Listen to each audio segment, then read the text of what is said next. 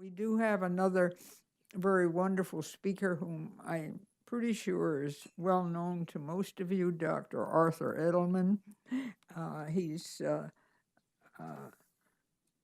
currently in Israel, but actually grew up in the United States. He attended Einstein College of Medicine, did his residency and neonatal fellowship at Yale, and became the director of newborn services at Einstein. And finally, in 78, he moved to Israel and established the Department of Neonatology and has done a lot of fine work there. He's on the faculty at Ben Gurion University and the Hebrew University School of Medicine. And I'm jumping over a lot of stuff about this wonderful man, but I'd like to introduce to you Dr. Arthur Edelman, who has some wonderful words for us. That's fine. I don't know how much time you left me. I think probably I should stand up and stretch for 30 seconds. I need to. If you realize that I'm from Israel, then you know what time it is for me. It's past midnight. So if I fall asleep in the next, I will try to be succinct.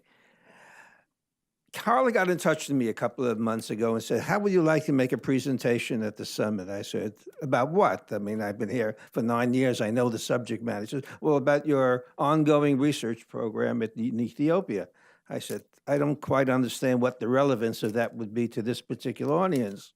She says, don't worry, they'll find interest in it. I said, well, okay, I'll try.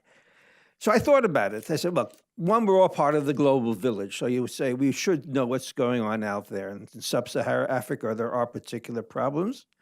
It's exotic. The information is of interest. It has some scientific value. Hopefully I'll be able to convey that.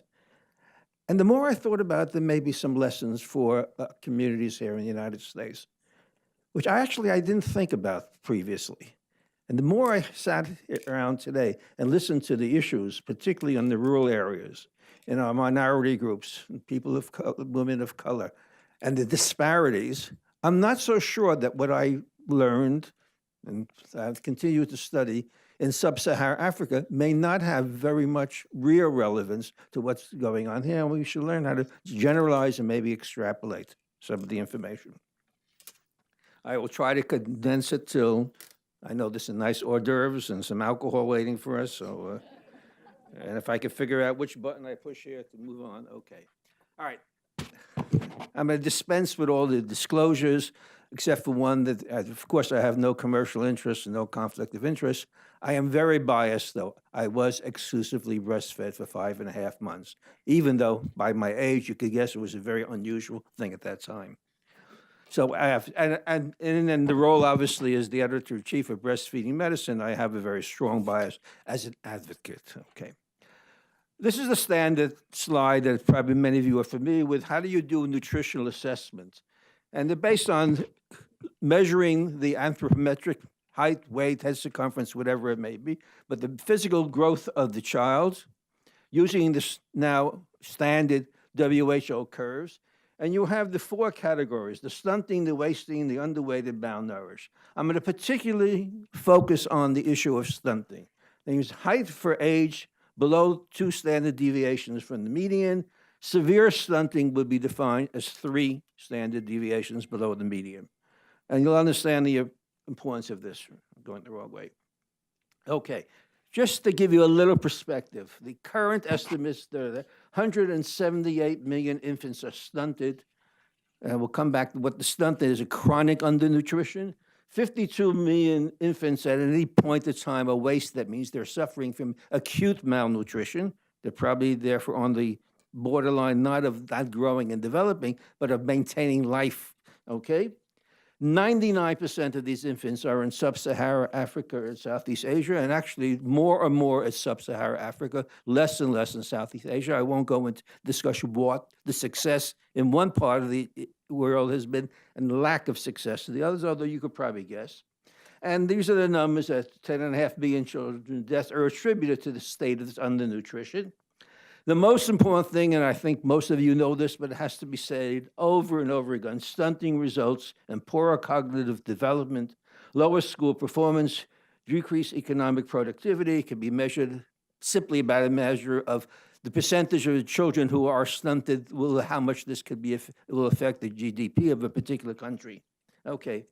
What we haven't fully appreciated, and the numbers are just beginning to come in, if you're a stunted child, or if you're a stunted female, 20 years later, when you get to the fertility age, what the impact that is in terms of you're having a higher incidence of lower birth weight, premature infants, and all the implications. Whereas the maternal undernutrition state is when which the child has an intergenerational effect.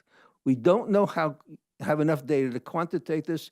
This may turn out to be no less important of the specific effect on the child is. So it's a women's health issue of the broadest sense and the generational issue. Okay, just to put things in perspective, these are the latest WHO statistics. East Africa, and you'll see a map in a minute when I would include in this, we're talking about approximately 40% of the children are stunted. This is measured at the age of 2 to 3 years of age, and I'll come back to this. West Africa is less. The major area geographically in terms of the problem in sub-Saharan Africa is East Africa. Why? We'll see in a minute, okay? Wasting, again, I want to emphasize, is really a measure of weight for age, not height for age, and that usually reflects an acute undernutrition state or malnutrition to the extent. Okay, so we're talking about the child who doesn't grow normally.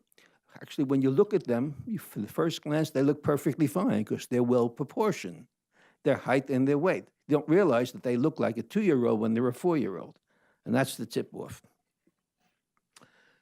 If you look at some of the countries in the under 5, again, this is anthropometric, East Africa, you're seeing you have a variety of Burundi, Malawi, Mozambique, Ethiopia, which obviously I'll talk about in detail because that's where I've been doing my studies, in Zambia.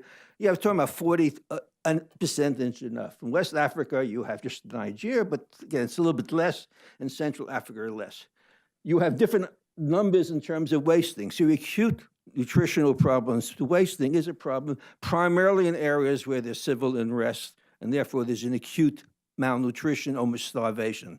But the countries in East Africa are primarily chronic undernutrition issues, intensified by the drought of the last few years. The climate change is real, and it is impacting.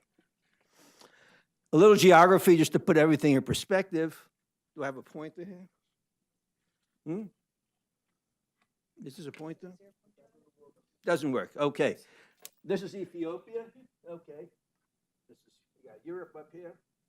What's interesting and important is how close it is to Yemen. The straits over here. Ethiopia, as we'll talk about in a minute, is a landlocked country because Djibouti, which was once part of Ethiopia, is now a separate country. Fortunately, Ethiopia and Djibouti are at peace with each other, so this is the port of entry. Eritrea and Ethiopia are not at peace. So there's fighting here. There's a tremendous amount of fighting spilling over from Sudan. The study that I did is in Uganda, which is the northeast part. Hambra is the province here. Uganda is the provincial capital. You fly into Addis, which I can very easily from Tel Aviv. Direct flight for 3.5 hours and take a small little Piper Cub equivalent, for another 45 minutes and get up to Uganda. Okay, we need a little history lesson.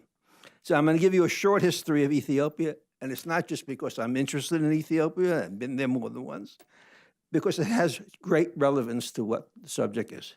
First of all, we all come from Ethiopia.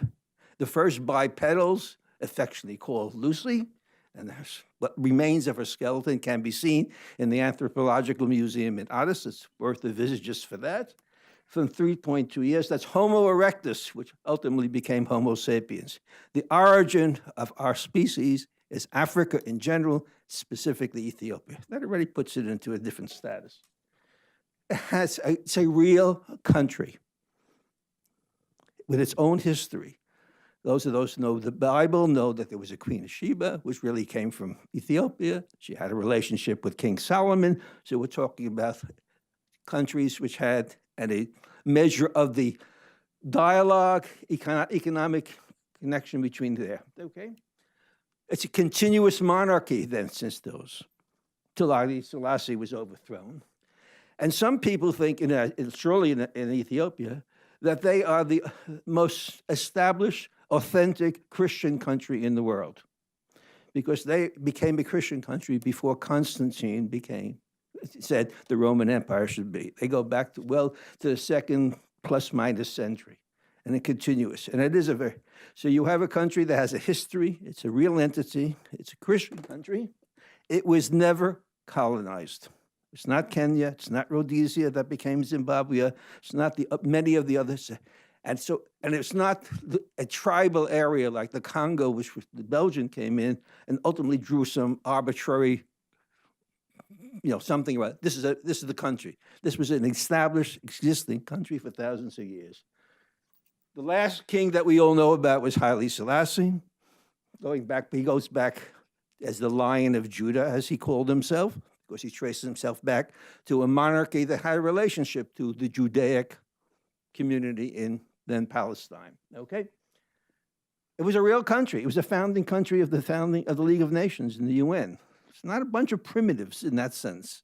It had a small elite, but it was a real entity.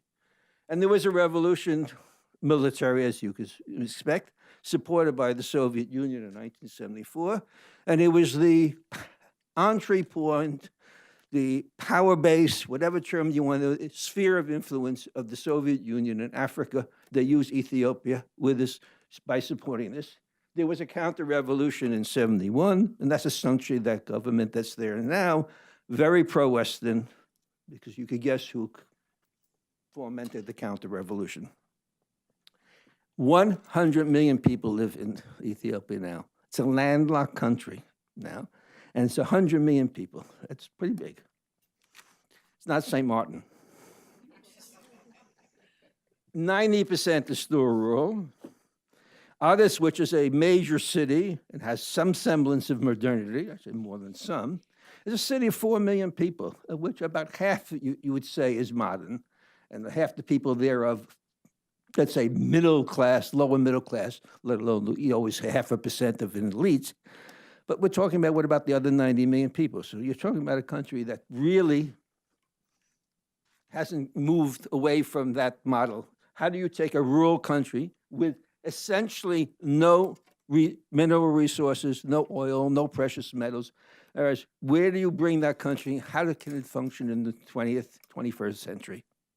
And they came to the conclusion, with a lot of input from the World Bank and other international things, that the only way you could do it is to invest in your next generation, in the education of your children, get them that they can be at least high school equivalent, if not more, have an educated, technologically oriented society, because you don't have any other resources other than your manpower. We should improve our agriculture, and this becomes a key thing when we talk about nutrition, but the real investment should be, so they have done this in some ways. It is the banking services for all of East Africa. It is the technological center in terms of computer services for all of East Africa. It is the airline hub for all of East Africa. All the regional airlines fly in and they get service. Their airline, not quite Emirates, but it's not less than Turkish Airlines. And I just say modern planes, not where it was 10, 12 years ago when I started going there, which were old planes and just painted over and said they write Ethiopia on. They've succeeded.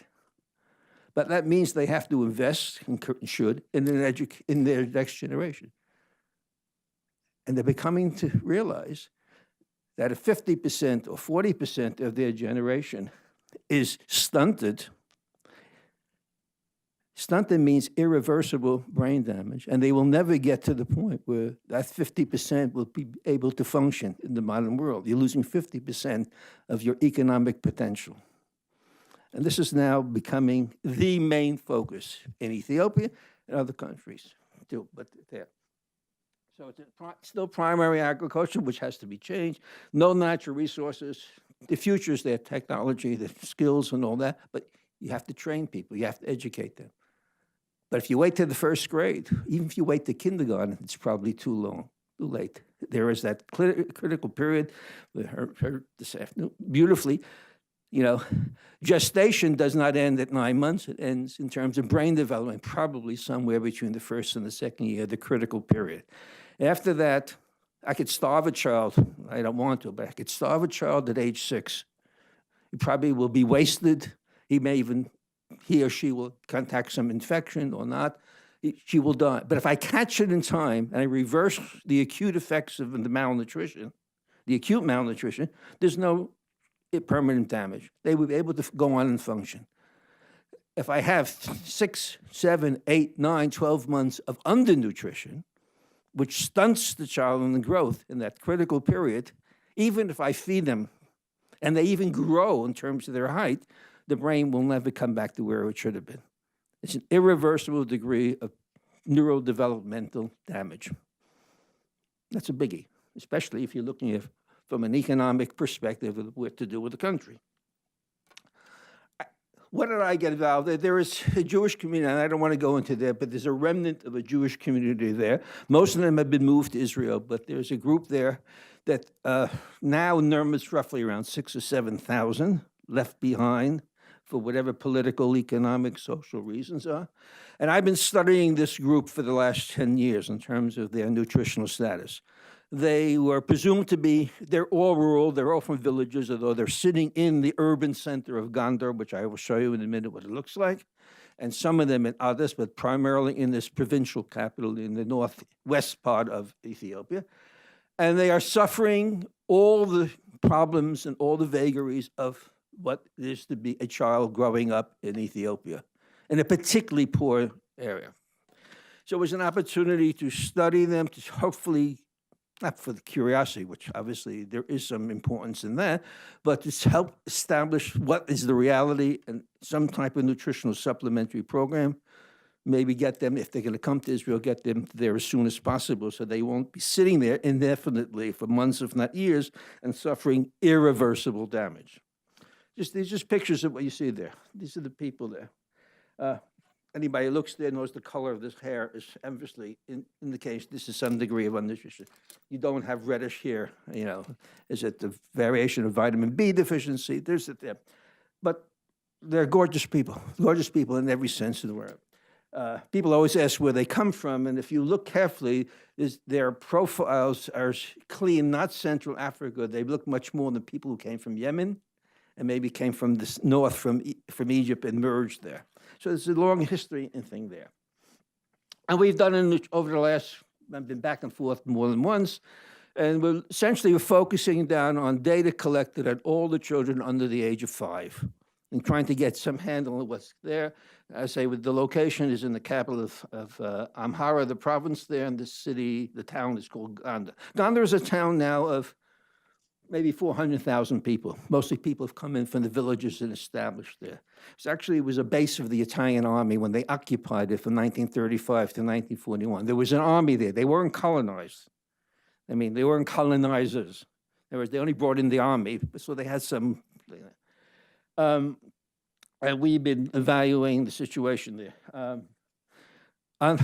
Gondar, since I told you it was thousands of years of a capital, as you would guess, there's been a series of capitals. In the last couple of 100 years, Addis Ababa, Addis, as everybody says, is the capital. But the previous capital in the 15th, 16th, and well into the 17th century was Gondar itself, capital of the city. The original capital is called Aksum. Now, why do I say that? Because I'm sure almost everybody here saw the Raiders of the Lost Ark. Anybody remember this? The Raiders of the Lost Ark is what happened after the destruction of the first temple in Jerusalem. The Ark was lost, and the tablets that were brought down by Moses from Mount Sinai, which were in that Ark, were lost, presumably someplace in Africa, and they are presumably, at least everybody says, in a little church in the town of Aksum in northern part of Ethiopia, which is then the capital. Very likely, it's true. They didn't let me go see them. I've been trying for years. Okay, this is the former castle. This is a castle. I mean, it looks like a, an ancient, some very, very impressive.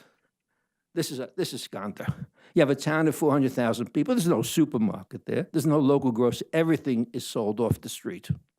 Okay, that tells you the level thing.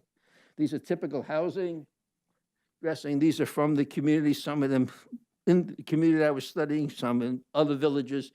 But this is the main market in the middle of Gondar, a town of 400,000. Gives you some perspective of the level of economy going on there. You have some idea, okay?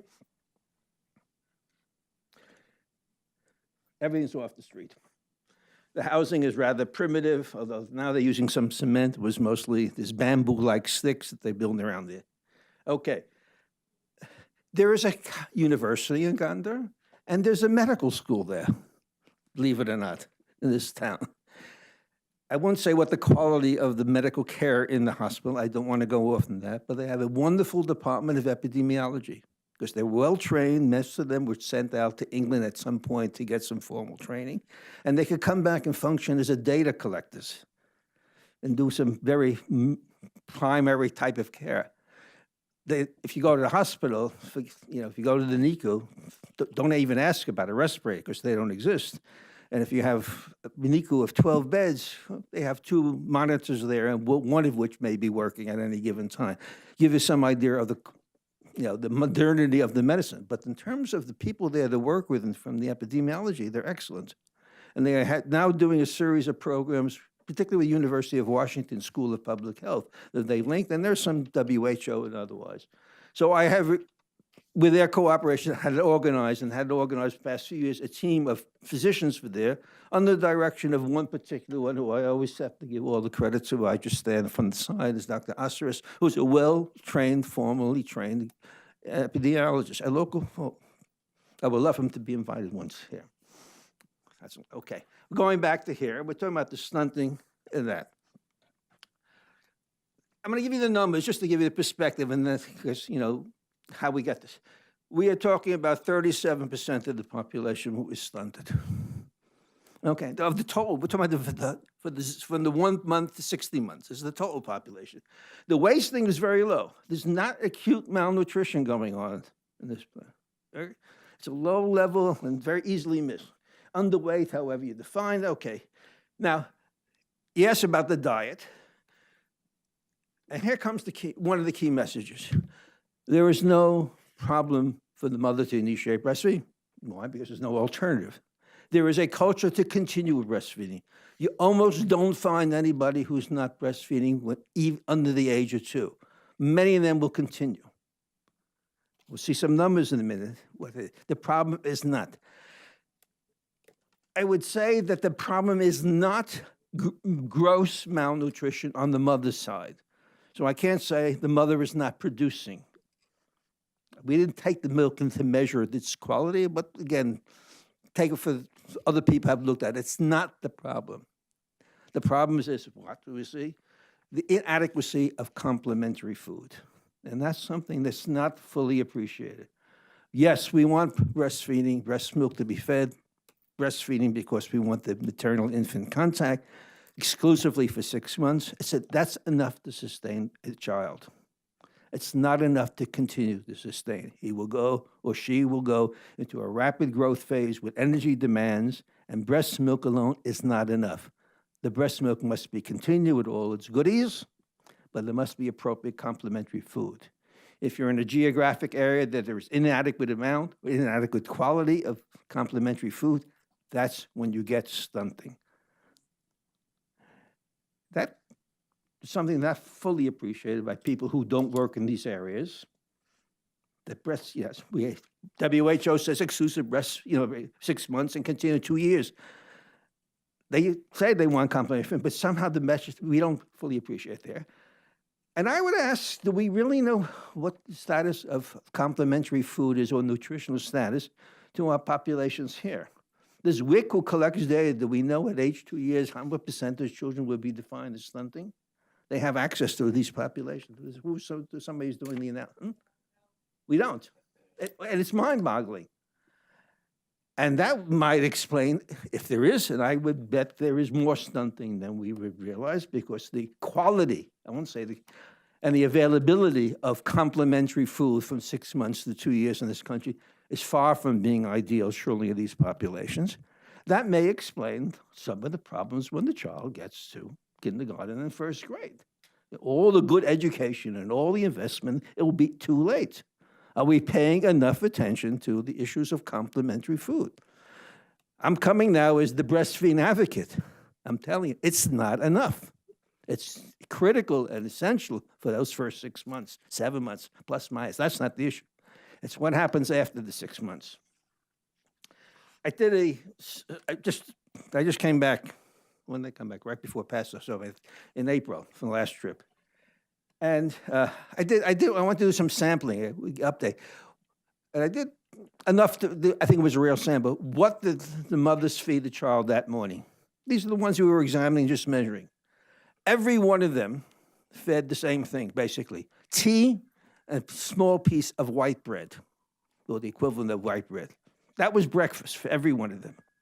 What was difference in the small percentage who seemed to have better nutrition?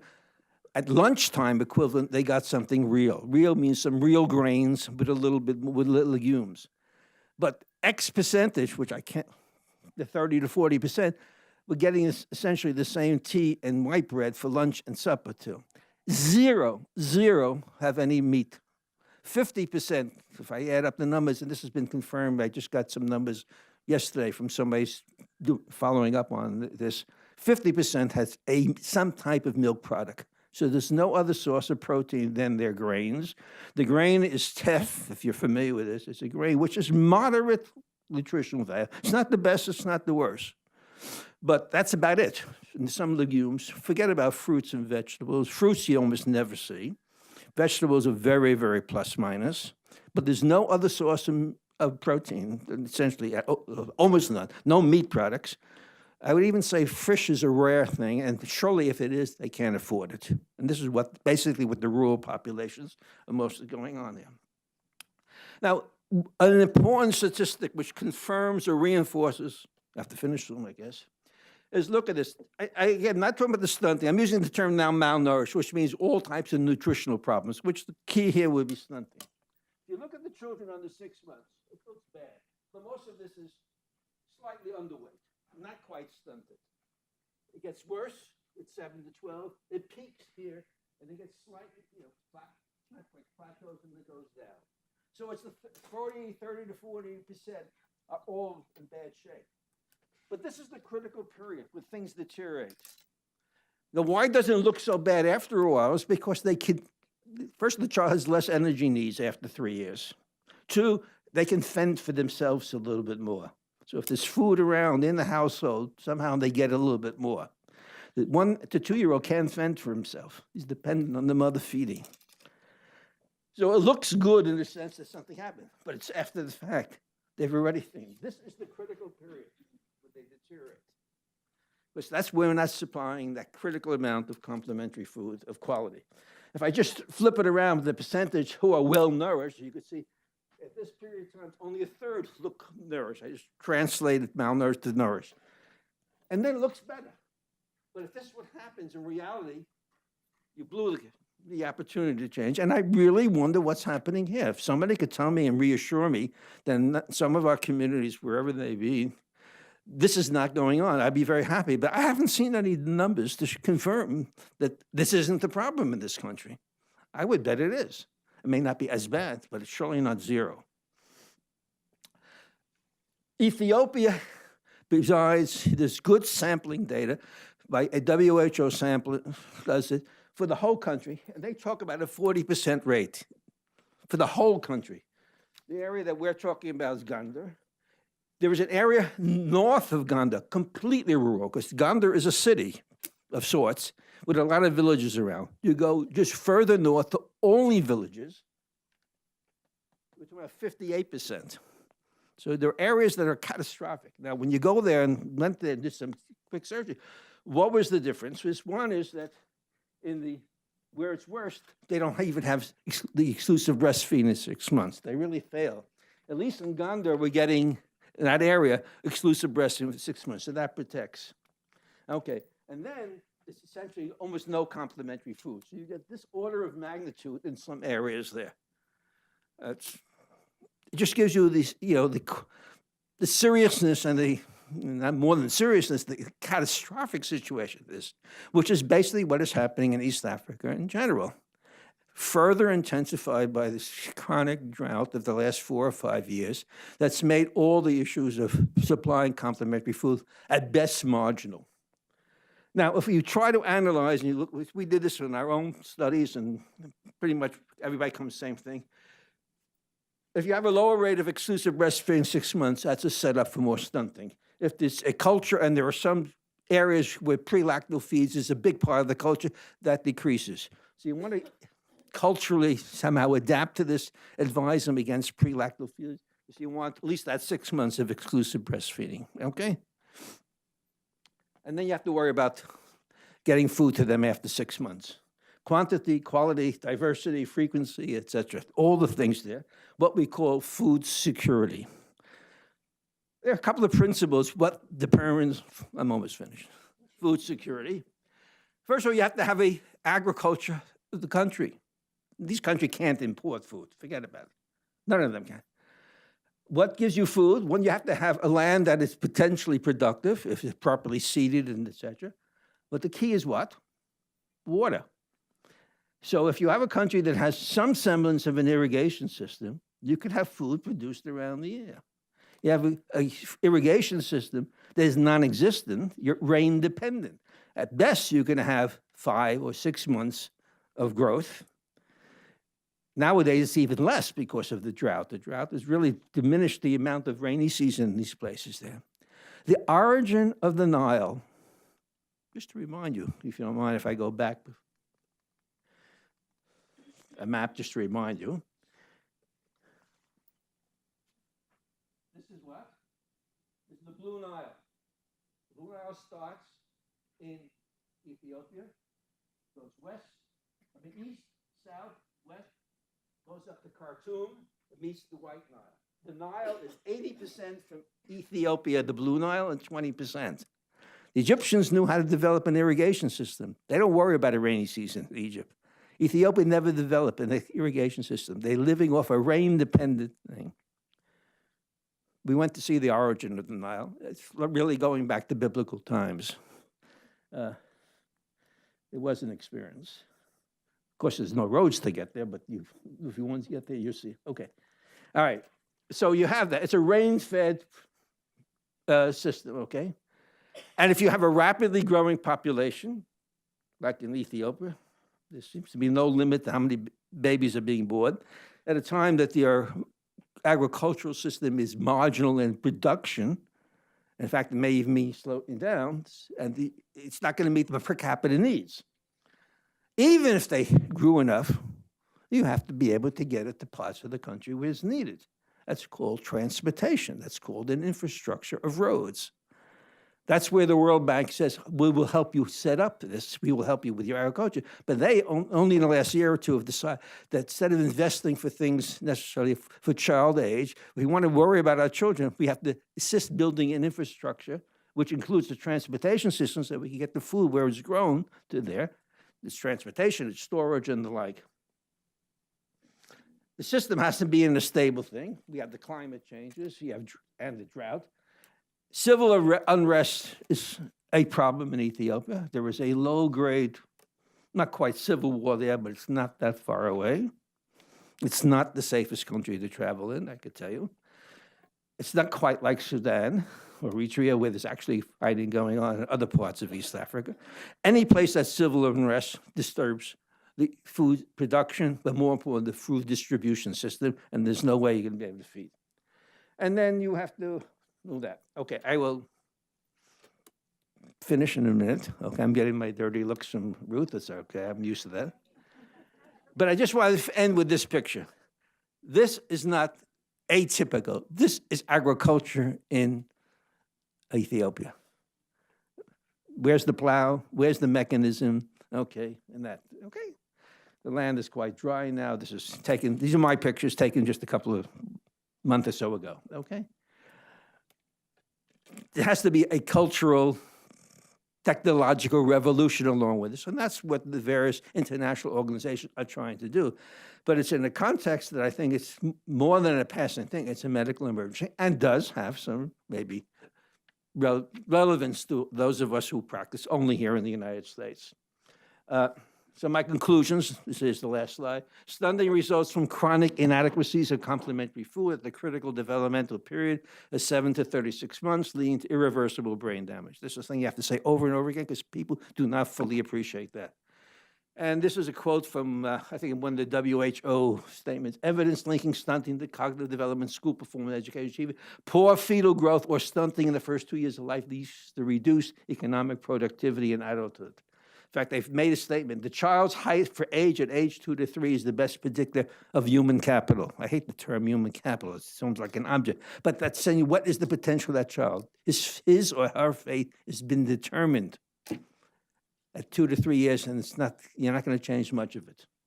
Nutrition is what drives economic development, and that's what the World Bank has come down, and various foundations. Gates is now talking that way. Putting the money in for school age is less of an emphasis. Lucy, you there?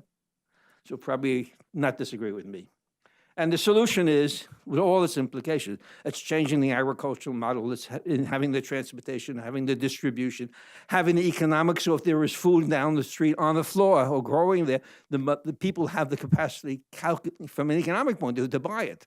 And not just buy the lowest level grain, grind it up and make injera, which is the sourdough, which was the basis of the diet in Ethiopia.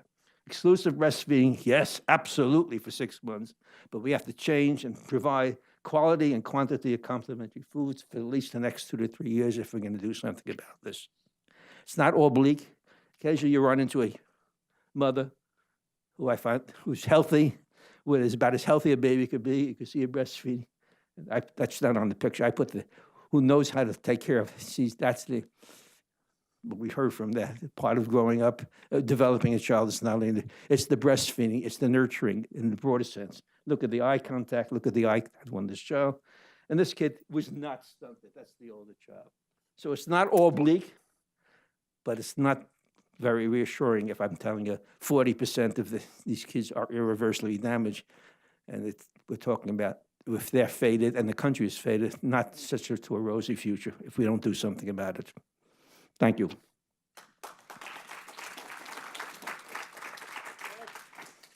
So we will